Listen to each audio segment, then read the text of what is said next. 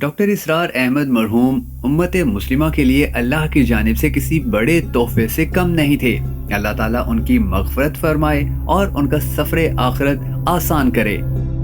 ناظرین گرامی، ویسے تو انہوں نے اپنی تمام زندگی دین اسلام کی تبلیغ اور اشاعت کے لیے وقف کی، مگر امت مسلمہ پر انہوں نے 3 احسان ایسے بھی کیے کہ جن کو نہ تو کبھی فراموش کیا جا سکتا ہے اور نہ ہی اتارا جا سکتا ہے۔ آج کی اس ویڈیو میں ہم آپ کو ان کے وہ 3 احسانات بتائیں گے جن میں پہلے نمبر پر بیان القرآن کی آڈیو ویڈیو ریکارڈنگ ہے۔ ان کے زمانے میں قرآن مجید کی تفاسیر، ترجمے اور بیانات صرف کتابی شکل میں ہی سامنے آئے تھے، مگر انہوں نے قیامت تک آنے والے انسانوں کی سہولت کے لیے انہیں آڈیو ویڈیو ریکارڈنگ میں ایسا ترتیب دیا کہ جس کی مثال ہمیں ماضی میں ڈھونڈنے سے بھی نہیں مل سکتی۔ انہوں نے اس امت پر جو دوسرا سب سے بڑا احسان کیا وہ عالم کفر کے لیے اٹھ کھڑے ہونے اور اپنی تمام تر طاقتیں ان کے خلاف میدان میں لا کر استعمال کرنے کی ترغیب دی۔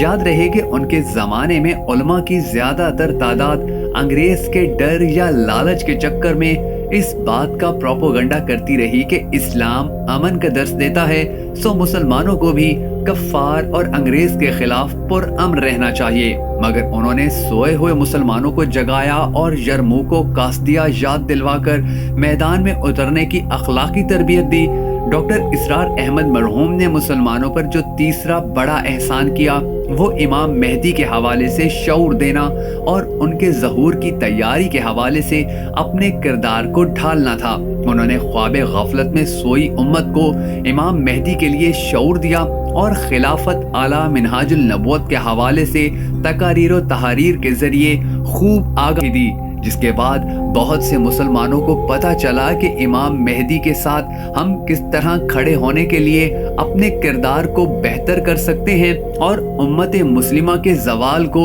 عروج میں تبدیل کرنے کے لیے ہمیں کیا کچھ کرنا ہوگا۔ اس کے علاوہ بھی ڈاکٹر اسرار احمد مرحوم نے بہت سے ایسے کام کیے تھے کہ جن کا آنے والے وقت میں بر صغیر کے مسلمانوں سمیت دنیا بھر کے مسلمانوں کو بہت زیادہ فائدہ پہنچا تھا۔ انہوں نے تقریباً 10 سال تک جماعت اسلامی میں بھی وقف کیے، مگر اس کے بعد کچھ ایسے اختلافات سامنے آئے کہ جس کے بعد انہوں نے جماعت اسلامی کو خیر آباد کہہ دیا اور پھر اپنی ذات اور اپنے ہی ولولے اور جوش کے ذریعے امت مسلمہ کے لیے میدان میں اترے، جس کے بعد پوری دنیا نے دیکھا کہ کس طرح قرآن مجید سے شغف اور محبت نے ان کو عالمی سطح پر نہ صرف شہرت دی بلکہ ان کا پیغام دنیا بھر میں پہنچا۔ جب وہ قرآن مجید کی تفسیر کیا کرتے تو ایسا لگتا کہ جیسے یہ قرآن مجید شاید اسی لب و لہجے کے لیے ہی نازل ہوا تھا کہ جس لب و لہجے کے ذریعے